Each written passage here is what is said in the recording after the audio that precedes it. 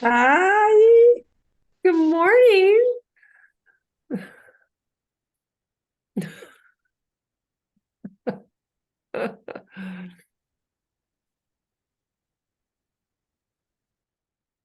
Very nice to see you. Same for me. How are you? I'm good. Have you been well? Yes, I lots of love work, but good. lots of what? Of work. Oh, tell me about it. Yeah, right. Getting I ready for the retreat. It's been very busy. know. I love your product, by the way. Oh, which do you love more? Uh, I like them both. Okay. I gave one away, so I only have two. Okay. I could send you if you want more, I can send to the US. Well, I saw your website and I know how to order, so thank you so much for that. No, you cannot order from US from Mexico to US. You can order Oh, from me by me. I Not for see. this moment. Gotcha. Okay.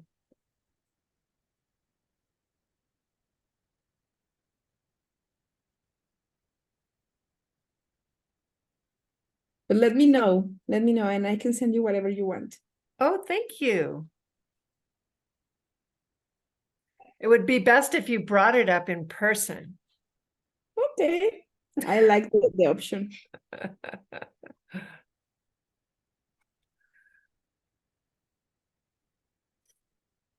Well, maybe we'll start. I see Javier's here. Good morning.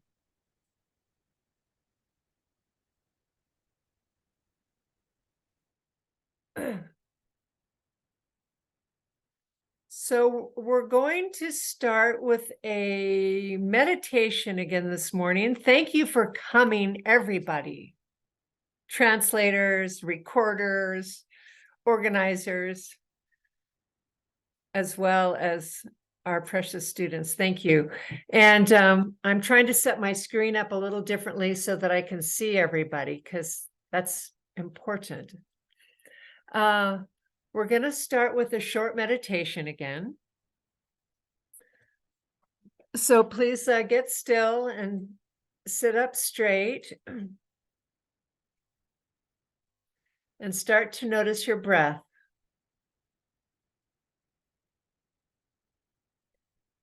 And rest your attention at the tip of your nose.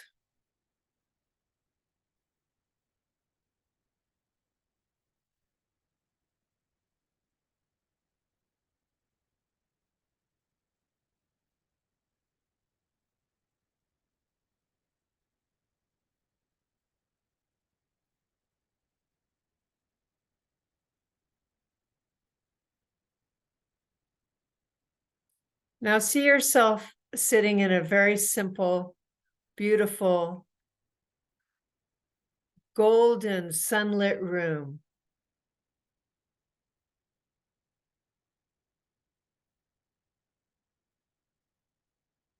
And there are windows all around with the sunshine streaming in.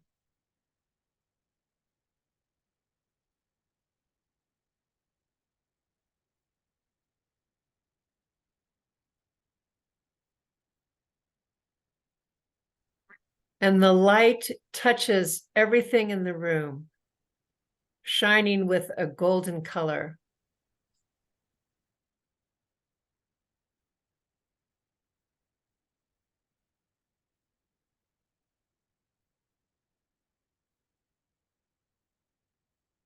Now you feel the presence of someone in the room with you.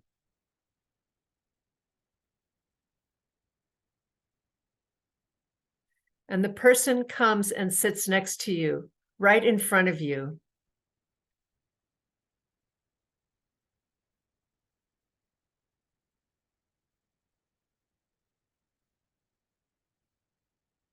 And you recognize them. They are your teacher.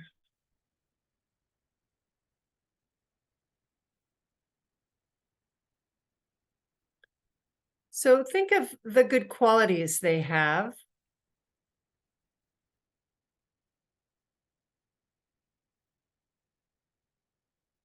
and think on the things they teach you.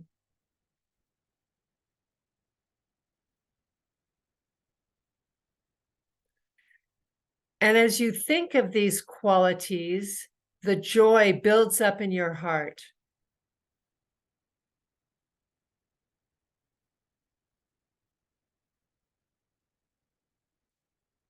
A big happiness fills your whole being.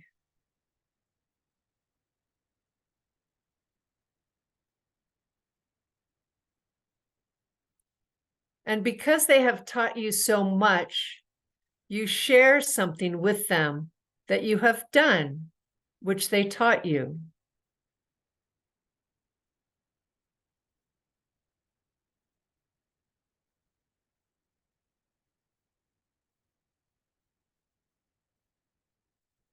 And they are so happy that you are trying.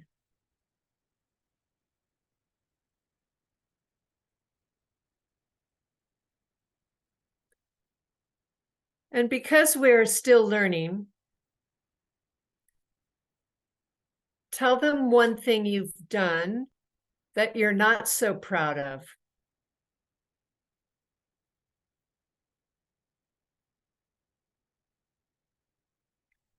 Tell them something that's in the way of your own goals.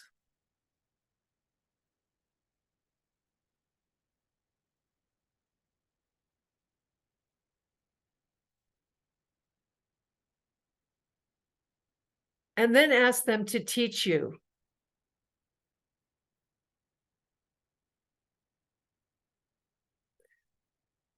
Ask them to teach you in all the unexpected ways they can help to keep you on the path.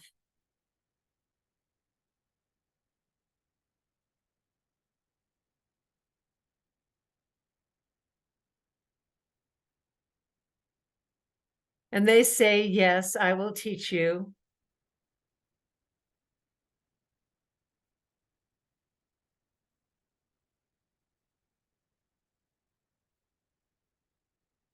Lastly, ask them to stay close. And they say yes again.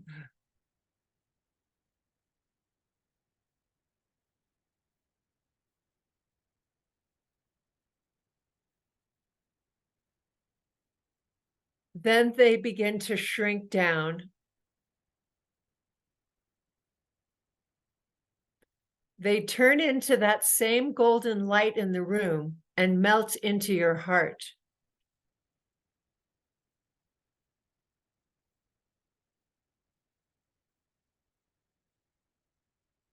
Feel them there. Feel their presence in your heart.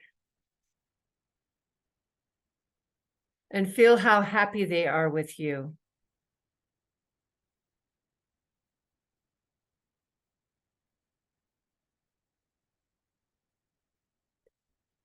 Then return to your own breath.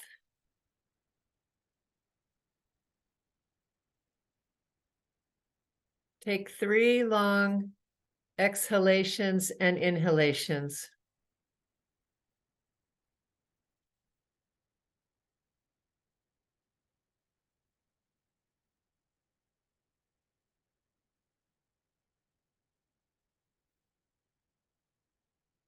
And then when you're ready, you can open your eyes and take a little stretch. Let's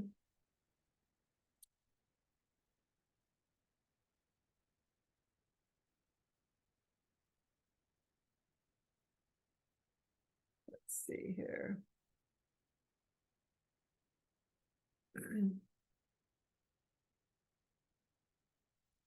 So in the last class, we talked about the 10 qualities of your teacher, of who you would consider.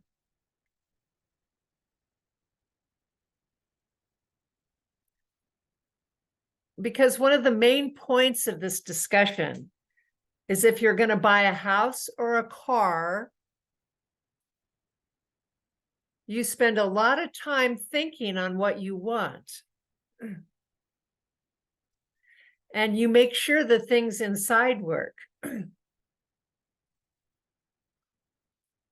So we do the same with your teacher. And it's even more important with a teacher because they are touching your mind and your heart.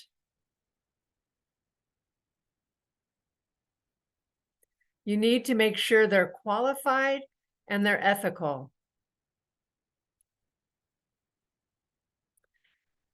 And then at the end of the class, we discussed, is this someone you can find?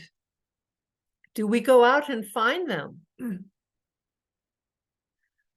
And we said, no, we don't.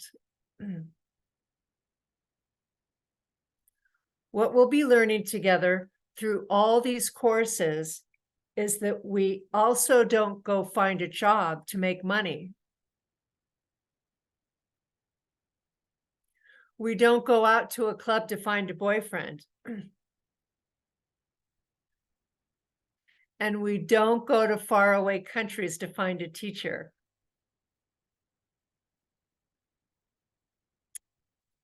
We need to create the karma for them. We need to plant the seeds for them to be with us. And that meditation we're doing, what do you think we're doing it for? Well, it's partially to clean out old bad seeds and plant new good seeds. But we're asking our teachers to teach us in our heart. We're sending them that intention, and we're planting that seed.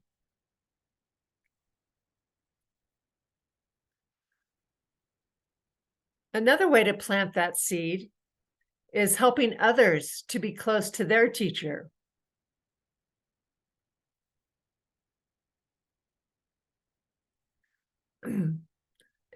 For example, let's look at a famous story about the last donut in the donut shop.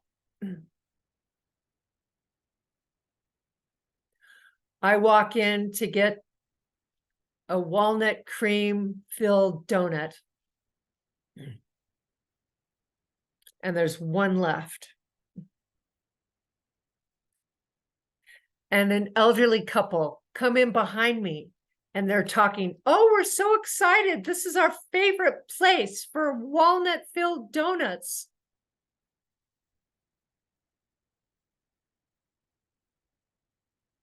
So you know they've come in for the same reason that I came in.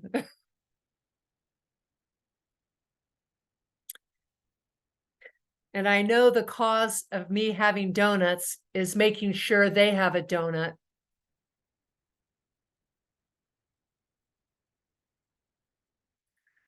So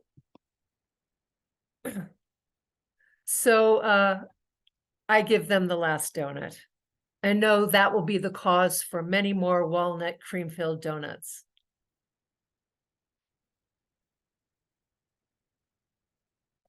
We haven't started really talking about this yet. But to truly get what you want, you must give it to another person first. And that's how you plant the seeds. If you want a teacher to have those 10 qualities that we talked about, be those things. And help others be those things in small ways. So we'll talk more about this down the road in course 5. Now, we talked about the 10 main qualities of a teacher. What do the teachers teach?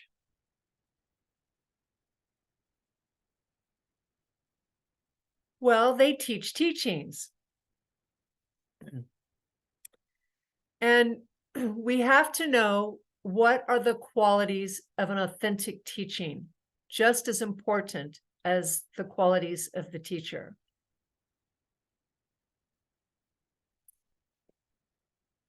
And we're going to make some claims now that I cannot prove. But you can prove them yourself with your analysis, okay? And the Buddha told us, don't just take anything I say at face value. So you need to analyze everything you learn in these classes yourself and make sure you come up with the same conclusion or proof.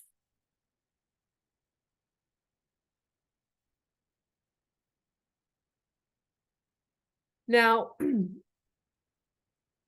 we need to investigate deeply what is an authentic teaching. What is something worth spending time with, and what is not? Now, if you've traveled a lot, you'll see bookstores with the new business book and the best management style.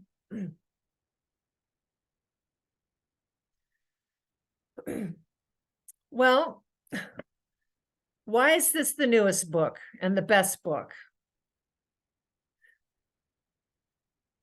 Because the last one didn't work. So someone has to write a new one. And next month, when you come through the airport, there's going to be another new and improved best book. So you don't want to waste your time on something that doesn't work.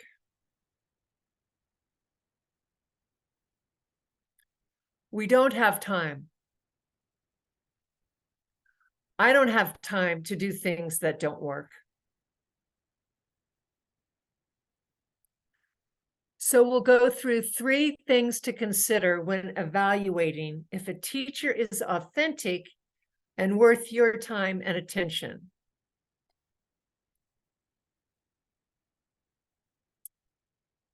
It has to be something that was taught by an enlightened being. Taught by someone who has already reached the goal. And we're just calling them the Buddha. 2,500 years ago, the Buddha taught something like 84,000 teachings. And we have about 1,100 of them left. So let's consider what happens when somebody says something today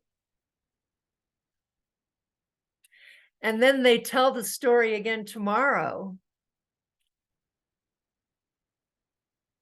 What normally happens? Is the story the same tomorrow as it was today? Not usually. Did you ever play the telephone game as a kid? You would say something around in a circle to the person next to you, and it would go around the whole circle. And when it gets to the 10th person, oh my God, it's a whole different story. Often humorous, yes. So the second quality is that the teaching has been cleaned of errors, of mistakes, with lots of effort, year after year, and generation after generation. And in this way, it makes sure that things which don't work are not in there. Is the idea of karma and emptiness exactly the same now in this teaching as the Buddha taught it? So ensuring it is accurate and it remains accurate throughout the generations is very important. We need to make sure there are people and efforts in each generation to keep the teachings accurate and clean.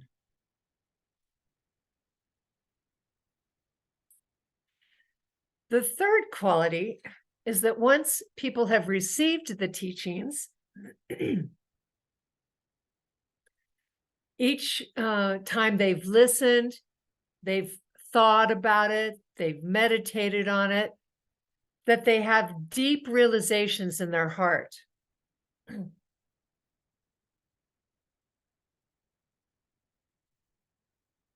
It opens the minds to deep spiritual realizations with an unbroken line of teachers who've also had those realizations.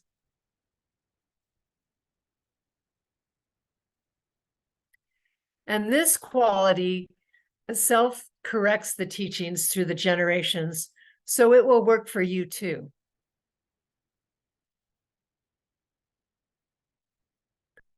This third quality is that the teachings have to be realized in the hearts of the people teaching them. And the teachings have to generate those realizations in the students.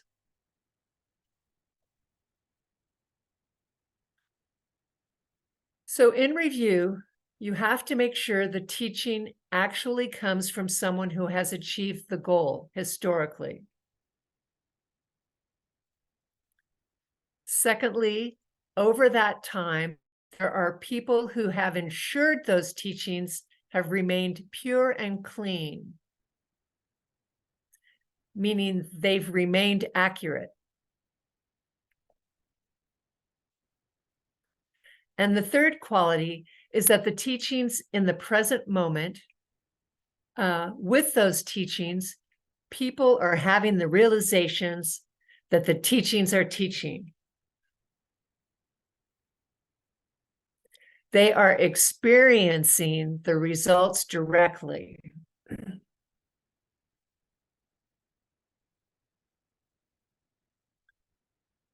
So now we're moving on to the qualities of the student. We've looked at how to evaluate a teacher and the teachings. What does a student need? Well, in class 1, I think, we talked about the 3 problems of the pot. Do you remember? And one of them was the lid was still on the pot. You can't pour anything in. The pot's already full. Your mind is already full. The second problem is that the pot is dirty. There's some kind of wrong motivation. And the third one was, it's a leaky pot. There's a hole in it, and it can't hold anything. So these same qualities hold with the student. When the teacher puts something in your head, keep it in your head or in your heart. Don't let it leak out. Now, a really good student, these are in addition to those first 3. A really good student is one who doesn't have any preconceived idea of what is going to happen. They're willing to try things in a new way.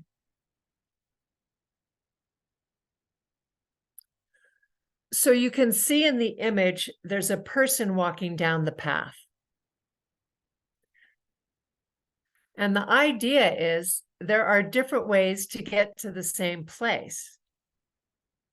Considering maybe my way doesn't work. The idea here is a student's mind and heart is willing to be changed. And this is one of the hardest things as a student. Even if we want a teacher and beg the teacher to teach us, good luck. Because they're going to teach you in ways you think you don't need or necessarily want. But you did want it. You did ask for it. So you have to be open to the ways they teach you, even if you're uncomfortable. So once you're over the honeymoon, now I have to work on the obstacles, right? The obstacles in my heart. And what were the two main ones?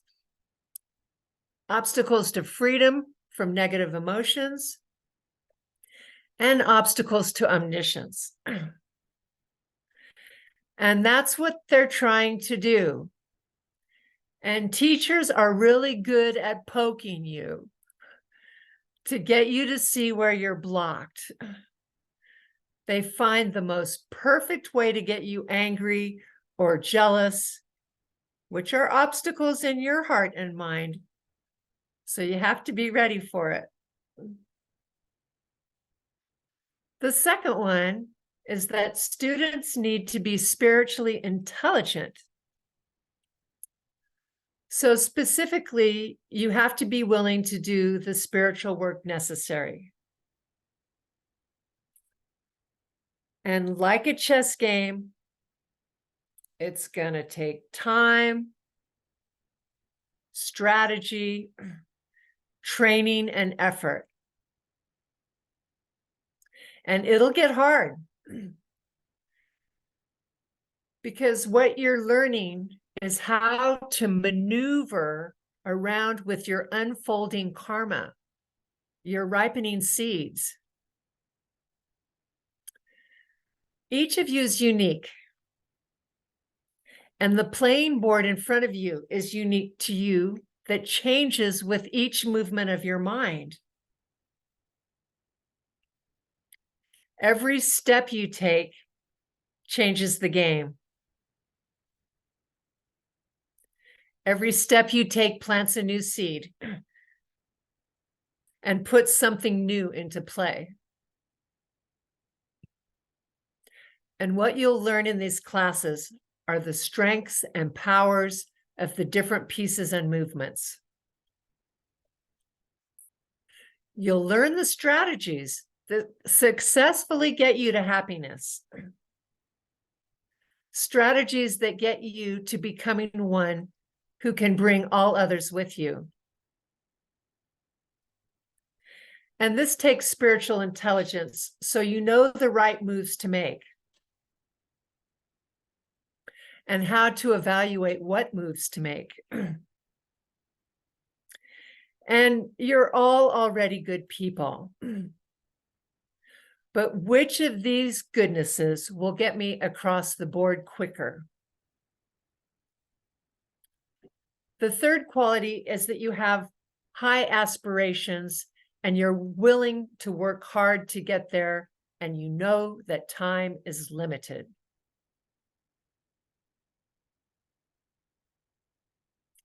So you're going to work hard to remove those obstacles, to be open to your teacher, and be willing to say, oh, I don't know how to get out of this one.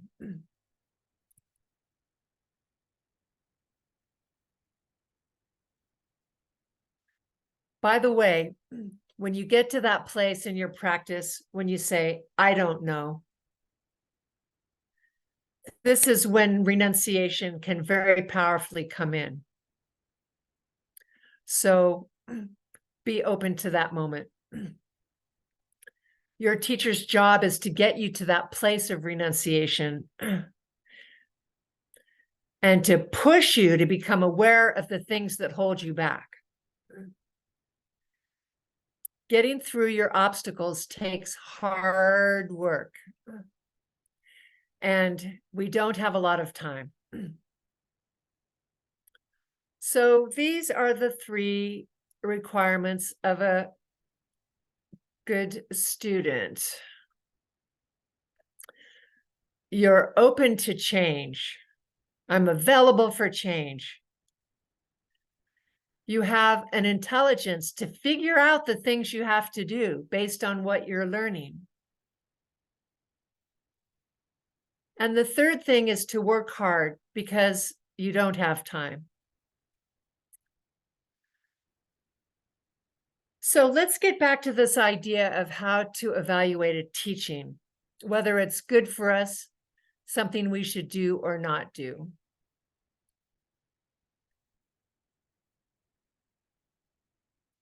And we're talking about the steps on the path. What makes these teachings that we're doing, the three principal paths, different? What makes these different from studying other Buddhist teachings?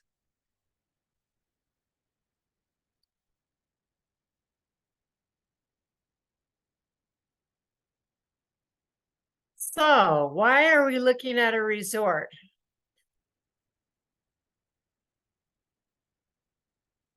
Well, this is an all-inclusive hotel where you pay one price and you get everything you see here. You get the room, you get the food, you get the boat, you get everything you possibly need at this resort. So the steps on the path, the Lam Rim, you're getting everything, all inclusive, for the price of one. It includes the secret teachings, the open teachings, all of it together in one series. So that's the second quality.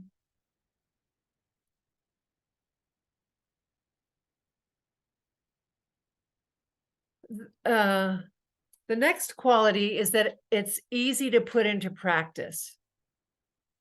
You don't have to try very hard. It's not complicated. You don't need to set up a special room or buy stuff. We're going to learn the steps. Here are the instructions. Just do them. For example, that little meditation we do at the beginning is easy, right? But it's very, very powerful, extremely powerful. So do you remember this picture of the bird from class 2? What did those birds' wings represent? Wisdom and compassion, right?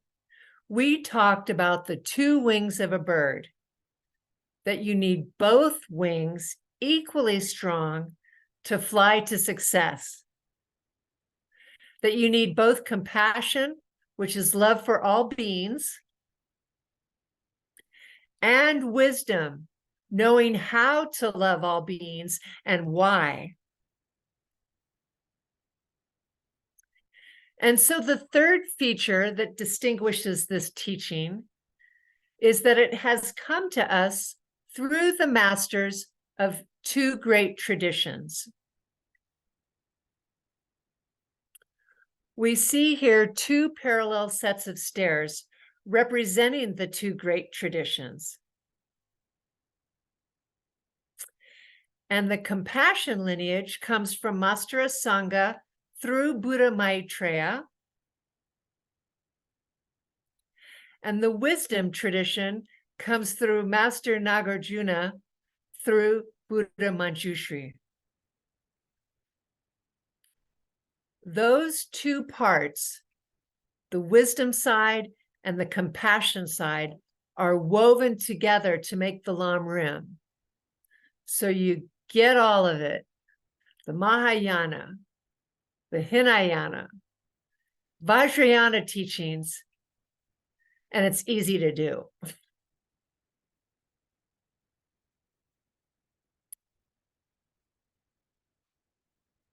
So one of the things that our lineage likes to do, if you haven't noticed, is to make lists. So we just had 3 lists of 3 items each. Now we have another list, a list of 4, and these are the 4 greatnesses of the teachings.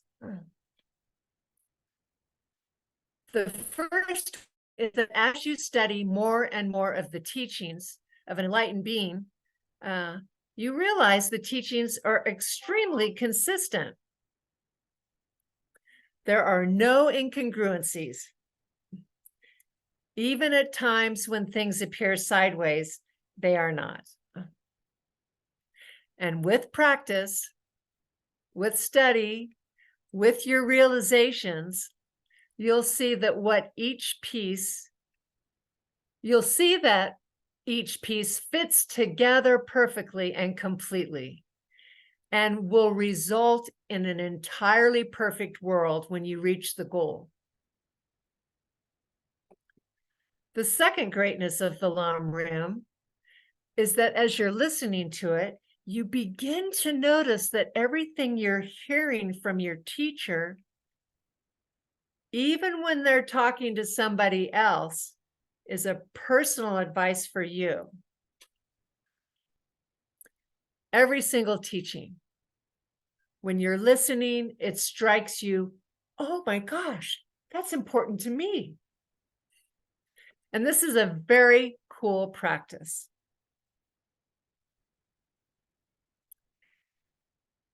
Even making words relevant for me. Like, why am I hearing these words? What message is in that for me that I need to learn? And this is importantly how we become daily practitioners. We are seeing what messages are all around you from your teacher so that I could become a nicer person, so that I could become kinder, so that I could have more wisdom. Look for the messages showing you how there can be more wisdom and compassion in the world. And this is not just for me, but for everyone. Honestly, this is one of my favorite ways to walk through a day. The third greatness of the Lam Rim is that when you're listening, you will start to understand what was the true intent of the enlightened being in that moment. What was the true meaning of what they're saying right now? And you're going to find out you can classify anything they're saying as one of the 3 principal paths. It's amazing. Ask yourself, what is being shown to me right now? Is it a moment for bodhicitta? Is it a moment about renunciation? Or is this a moment of wisdom? And as you get deeper in, you start seeing the true intent of your teacher's words.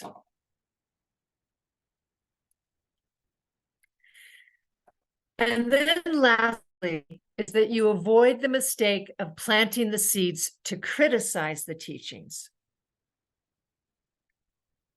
or to speak poorly of the teachings. And this is a touchy point. So we say that if something doesn't seem to make sense or to work, to put the idea on the shelf for the moment and to look at it later when maybe you have more understanding. Right? We talked about this a couple classes ago. Push it aside, push it on the shelf, and then pull the idea down every once in a while and re-examine it. And remember, if it's in your world, it's coming from your seeds. So there's something in there for you to learn, which is one reason to not criticize it or people in general. So those four things, those four greatnesses are wonderful things that start happening as you study. And again, my favorite one is that everything I hear starts to become personal advices.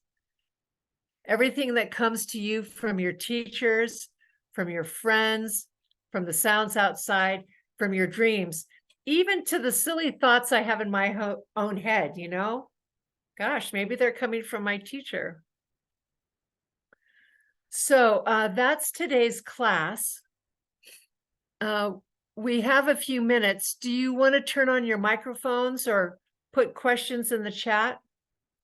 Yeah, Yulia, you noticed that picture of the resort was Portofino. Have you been there? Yes, I've been there. Recently? No, it was like 5 years ago. Oh, that's a beautiful place. That's an amazing place. Yeah, incredible. Let's see here. So any questions?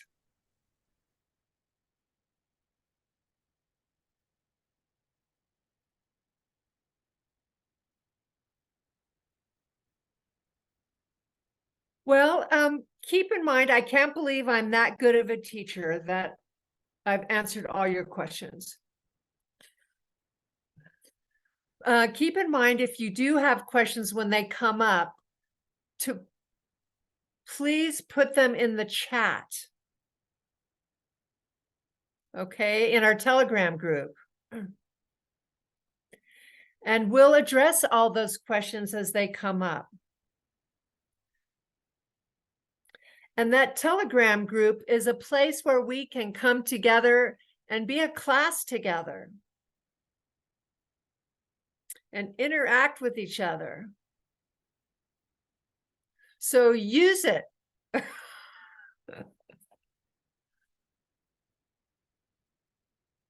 Well, let's dedicate this beautiful time together that all beings could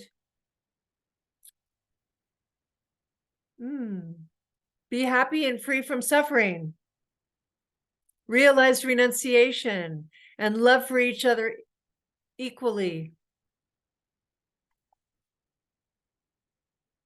And then to have the wisdom to know how to make a Buddha paradise and this happiness for all.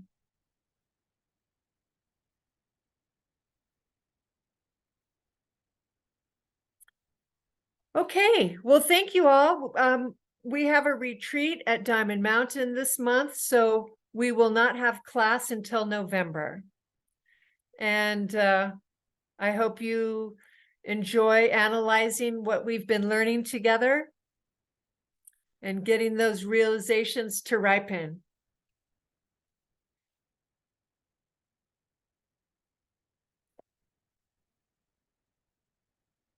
Thank you for coming. Thank you, everybody. Gracias. Thank you, Tech. Abrazos. Thank you very much.